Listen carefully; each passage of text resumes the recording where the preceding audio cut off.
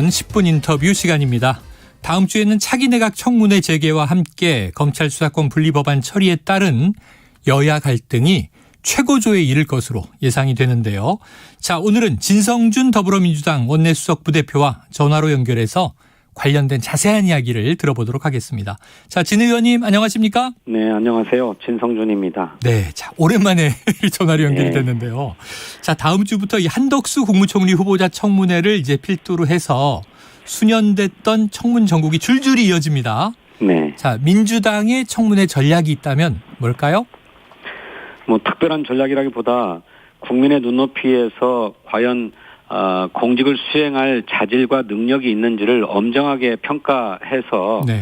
눈높이에 맞지 않으면 그분은 부적격으로 판정하겠다라고 하는 기준을 가지고 청문회에 임하고 있습니다. 네, 자, 기준은 국민 눈높이다. 공직 수행에 적합하냐 아니냐 엄정하게 보겠다 말씀 주셨는데요. 자, 지금 이 언론 검증은 이미 시작이 됐습니다. 한덕수 총리 후보자, 한동훈 법무부 장관 후보자, 정호영 복지부 장관 후보자, 김인철 교육부 장관 후보자, 이상민 행안부 장관 후보자 등등 의혹 보도들이 많이 나오고 있습니다. 네. 자, 민주당에서도 들여다보고 계실 텐데요. 네. 누가 가장 적절하지 않다, 좀 어떤 의혹이 심각하다 생각하십니까? 네, 여러분을 방금도 언급을 하셨는데 네. 흠결이 있는 후보, 흠결이 없는 후보를 찾아볼 수가 없어요. 네. 모두가 다 중대한 흠결들을 가지고 있고 한두 개가 아니라 한 사람이 여러 개의 흠결들을 가지고 있어서 네. 이게 도대체 인사 검증 기준이라는 게 있었나 하는 생각이 들 정도로 정말 부실한 후보들이 네. 이렇게 추천되었습니다. 그리고 또 이런 검증의 의혹을 회피하기 위해서 자료도 한결같이 안 내고 있어요. 네네. 그래서 이런 식으로 검증을 회피한다면 인사청문회를 제대로 할 수 있겠나, 또 인사청문 경과보고서를 채택할 수 있겠나 하는 생각이 듭니다. 네. 한덕수 국무총리 후보자는 단순히 인사청문회를 했다고 해서 임명이 될 수 있는 분이 아니라 국회의 인준투표를 거쳐서 과반수의 지지를 얻어야만 임명을 할 수 있는 분 아닙니까? 그렇죠. 그런데 이런 식으로 검증을 회피한다면 인준을 받을 수 없을 것이다 라고 하는 점을 분명하게 말씀드리지 않을 수 없습니다. 네, 이미 뭐 이번 주 초에 열렸다가 파행이 되고 네. 여야 합의로 이제 다음 주로 미뤄져 있습니다. 그렇습니다. 자, 그럼에도 이 의혹이 제기된 뭐 모든 인사에 대해서 낙마 수순을 또 밟게 된다면 이게 또 정치적인 측면에서 이 민주당이 역풍 맞지 않겠느냐 이런 얘기들도 있어요. 한 어느 정도 낙마 대상이라고 좀 가늠하시는 선이 있습니까? 아닙니다. 그 뭐 몇 명이다 뭐 이렇게 정하고 있는 것은 없는데 네. 이제 잘 아시는 것처럼 청문회를 거쳐서 청문 보고서를 채택하지 않았다고 하더라도 대통령이 임명을 하면 임명할 수 있습니다.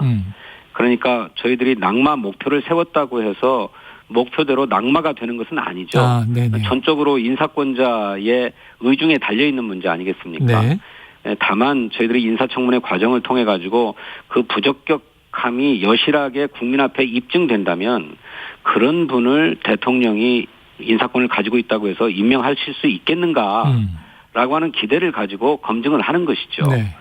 따로 낙마 목표를 뭐 몇 명이다 이렇게 정해두고 있는 것은 없습니다. 알겠습니다. 자, 그런데 말씀하신 대로 이제 총리 후보자만은 반드시 인준을 통과해야 되는 그런 또 절차가 있습니다. 그래서 이 한덕수 총리 후보자 인사청문회가 이제 2일 월요일부터 시작이 되는데요. 그동안 자료 제출이 안 됐다. 이게 이제 파행 이유가 됐는데 네. 이 역대 총리 후보자보다 너무 많은 자료를 요청했다. 두세 배다. 뭐 1000건이 넘는다. 또 너무 옛날 자료까지 요청한 거 아니냐. 근데 자료 제출이 그동안 한 80% 정도는 이루어졌다고 해요. 충분하다고 보십니까? 그거는 뭐 내나 마나한 자료들이고요. 네. 한덕수 후보자에게 제기되는 의혹의 사실 여부를 입증할 자료를 요청한 겁니다. 네네. 물론 그중에는 너무 과해가지고 다 낼 수 없는 것도 있을 수 있을 거예요. 예. 그러면 그것은 그런 사유를 적어서 네. 못 내겠다고 하면 될 터인데 이를테면 개인 신상에 관한 것이라 후보자 배우자의 뭐 정보 공개 동의가 필요하다. 근데 네. 정보 공개 동의를 하지 않아서 낼 수 없다. 이렇게 답변하고 있는 거예요. 그러니 이런 사유로는 자료 제출을 하지 않는 것을 저희들이 수용하기 어려운 거죠. 네. 최대한 낼 수 있는 것은 최대한 내도록 하고 또 개인정보라서 정보공개 동의가 필요하다면 정보공개 동의를 해서 제출하도록 노력해야죠. 네.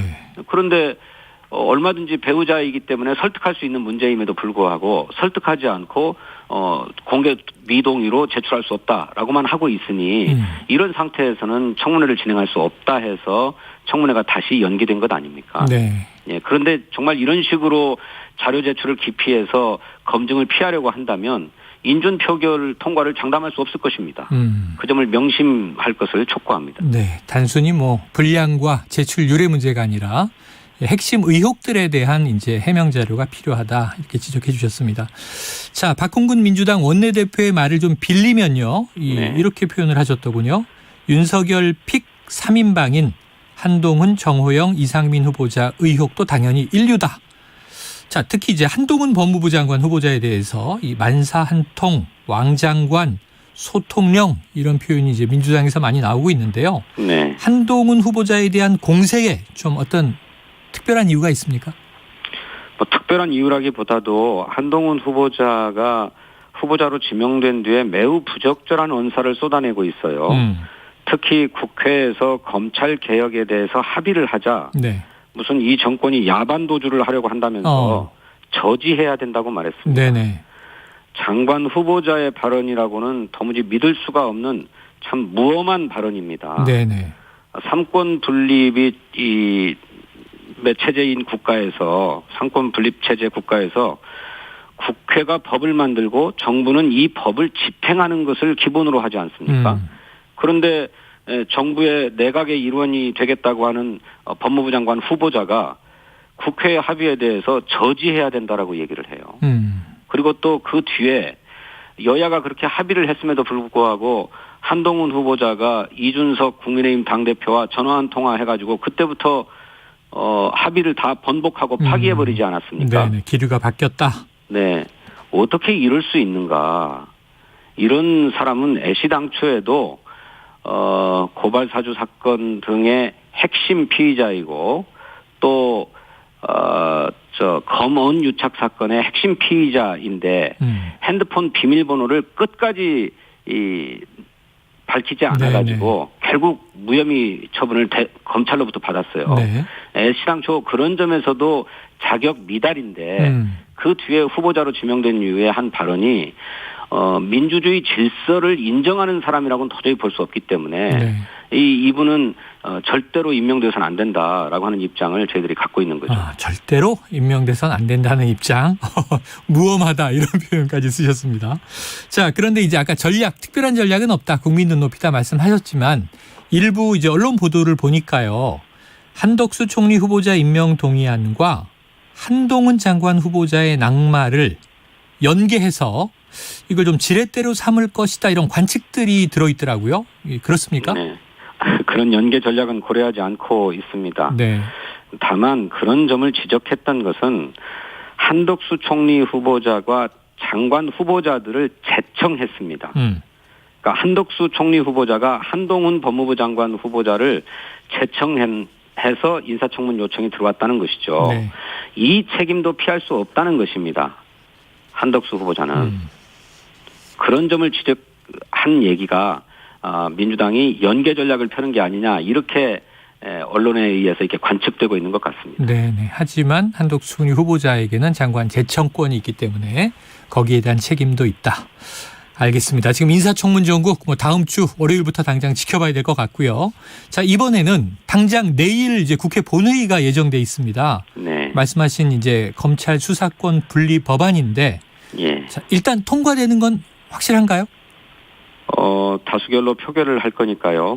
통과될 것이라고 보고 있습니다. 네. 그럼 이제 내일은 검찰청법이고 5월 3일 예정된 본회의에서 형사소송법 일부 개정안까지 다 통과되는 걸 확신하시는 거죠? 예, 목표로 추진하고 있습니다. 네. 자, 그런데 이게 이제 그 이후에 논란이 이렇습니다. 민주당 원안이 있고 박병석 의장 중재안이 있었는데 그 이후에 이제 법사위 본회의 올라가면서 좀 수정된 내용들, 수정안이 있다 보니까 왜 이 지금 올라가 있는 수정안에 이 중수청 설치에 대해서 애초 합의했던 6개월 내 입법, 1년 내 설치 이 네. 기한이 빠졌느냐? 예. 부칙에 있었던 내용이라고 하는데요. 예. 이건 왜 빠진 걸까요? 원래 중수청을 설치한다라고 하는 조항은 법 체계상 검찰청법이나 형사소송법에 담을 수는 없습니다. 네. 근데 다만 중수청을 설치하고 나면 1년 6개월 후에 설치하고 나면 남기기로 했던 부패범죄, 경제범죄에 대한 직접 수사권도 폐지하는 것으로 다 옮겨가는 거죠. 예, 여야가 합의하지 않았습니까? 네. 이 1년 6개월을 검찰청법 부칙에 규정하자고 했습니다만 국민의힘이 그 점을 완강하게 반대했습니다. 네네. 그래서 그 점을 반대한다는 얘기는 1년 6개월 뒤에 중수청을 만들고 그러면 이관시키기로 하자라고 하는 합의를 부인하는 것인가라고 했더니 그것은 네. 부인하는 게 아니다. 그러면서도 부칙의 그 이관 시기를 분명하게 못 박자고 하는 것은 한사코 반대했기 때문에 네네. 불가피하게 법 조문에 담지는 못한 것입니다. 국민의힘 쪽의 반대 의견 때문에 담지 못한 것이다. 네.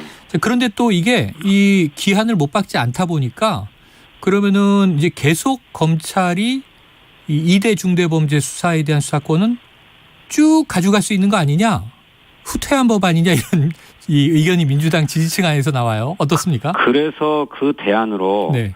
국회에 사법개혁특별위원회를 설치하고 네네. 그 사법개혁특별위원회가 6개월 내에 중수청 설치법 등을 완료해서 입법 이후로부터 1년 이내에 중수청을 설립하면 네. 그때부터 이제 2대 범죄도 폐지하는 것으로 경찰에 이관하는 것으로 이렇게 합의를 했습니다. 네네. 그래서 이 합의를 충실하게 지켜나가면 구태여 법 부칙의 이관 시기를 특정하지 않아도 가능하다고 저희들은 판단하고 있고 네네. 그래서 국회 사법개혁특별위원회를 정확하게 추진하기 위해서 지금 노력하고 있습니다. 네. 그런데 또 지금 국민의힘은 사개특위 동의하지 않는다, 참여하지 않겠다 이런 또 입장을 밝히고 있죠. 자, 그래서 이해할 네. 수 없는 겁니다. 원내대표 개인 간의 합의가 아니라 네. 국회의장의 중재안을 각 정당의 의원총회에 보고하고 네. 그것을 수용할 것인가 여부를 각 정당이 판단했어요. 네. 그래서 의원총회에서 수용한 결과를 가지고 와서 원내대표 간에 그 합의문에 서명을 한 거거든요. 네. 그런데 이것을 뒤집어 버린단 말이죠. 한 이틀 사이에. 이럴 수는 없는 것이다. 네. 그러면 앞으로 어떤 합의를 서로 믿고 신뢰관계 속에서 합의서를 쓰며 그것이 이행될 거라고 믿을 수 있겠습니까? 네. 자, 말씀하신 대로 이제 지난 주말 합의가 됐다가 주말을 거치면서 주초부터 기류가 바뀌었습니다. 이제 사실상 파기가 됐고요. 자, 그 이후에 이게 당내와 인수위 쪽 당선인 측에서 특히 장제원 이제 당선인 비서실장 국민투표 방식을 제안을 했어요. 예. 그러면서 이제 이른바 검수한 바 국민투표, 국민의힘에서는 입법 보완 추진을 해야 한다. 가능하다고 보십니까? 두 가지 점에서 불가능하다고 생각합니다. 네. 하나는 국민투표, 그러니까 검찰개혁안에 대한 국민투표는 헌법상 불가능합니다. 우리 헌법 제72조에는 대통령이 필요하다고 인정할 때 외교, 국방, 통일, 그 밖에 국가 안위에 관한 중요 정책을 국민투표에 붙일 수 있다고 돼 있어요. 네. 그런데 검찰 개혁이 외교, 국방, 통일, 국가 안위와 무슨 상관이 있습니까? 예. 그러니까 애시당초 국민투표에 붙일 헌법적 요건을 갖추고 있지 못합니다. 네. 두 번째로는 현행 국민투표법이 헌법 불합치 판정을 받았어요. 특히 투표권자 자격에 관한 조항 자체가 헌법 불합치 판정을 받았거든요. 네. 지금 우리나라 모든 선출직 선거에는 재외 국민에게 투표권을 허용하고 있는데 네. 이 국민투표법에는 이 재외 국민이 제외되어 있습니다. 그러니까 선거관리위원회가 밝힌 것처럼 국민투표를 하려면 투표권자 명부, 투표인 명부를 작성해야 되는데 네. 투표인 명부를 작성할 수 없다는 거예요. 그래서 이 국민투표법을 개정하지 않으면 역시 국민투표를 실시할 수가 없지요. 네. 네. 그런데 이 두 가지 문제를 다 외면하고 그런 주장을 하고 있으니까 도대체 인수위라고 하는 것이 그런 기본적인 법률 검토라도 하고서 그런 얘기를 꺼내는 것인지 네. 이해하기 어렵습니다. 알겠습니다. 자, 민주당의 서른 의원이요. 국민투표를 하고 싶다면 청와대 옮기는 문제를 붙이는 게 맞다. 이런 얘기를 했어요. 어떤 의견이십니까? 아까 그건 말씀드렸던 것처럼 네. 청와대 이전은 외교, 국방, 또 통일 혹은 기타 국가 안위에 관한 중요 정책이라고도 할 수 있는 측면이 있지 않습니까? 네네. 그러니까 헌법이 정한 국민투표 요건에 부합하는 아니라는 거죠. 근데 그것은 국민적인 의견 수렴 하다못해 국회에서의 보고나 승인도 없이 진행하면서 그와 전혀 무관한 검찰 개혁 법안을 국민투표에 붙이자고 하니까 네. 황당하다는 거죠. 알겠습니다. 자, 끝으로 한 가지 여쭤볼게요. 지금 이제 지방선거 다가오는데 또 국회의원 재보선 지역들도 속속 나오고 있습니다. 네. 자, 지금 성남 분당 갑 이 김은혜 의원 지금 이제 도지사 출마했는데 그 지역구에 안철수 인수위원장이 나오지 않겠느냐 하는 이제 관측이 나오면서 그렇다면은 이게 이 경기도인데 이재명 상임고문도 나올 수 있다. 그러면 대선 2차전 아니냐 이런 관측들이 나와요. 네. 이 빅매치 가능성은 어떻게 보십니까? 글쎄요. 저는 원내 운영 수석부 대표를 맡고 있어서 네. 지금 국회에 벌어진 일을 수습하고 처리하기도 바빠서 네네. 그 문제까지는 깊이 모르고 또 고민도 안 해봤습니다만 네. 가능성이 크진 않다고 생각합니다. 높지 않다, 희박하다. 네. 알겠습니다. 지금 국회 안이 정말 잘 수습해 주시기를 좀 부탁을 드립니다. 네. 네, 오늘 여기까지 듣죠. 고맙습니다. 네, 감사합니다. 예, 지금까지 진성준 더불어민주당 원내수석 부대표였습니다.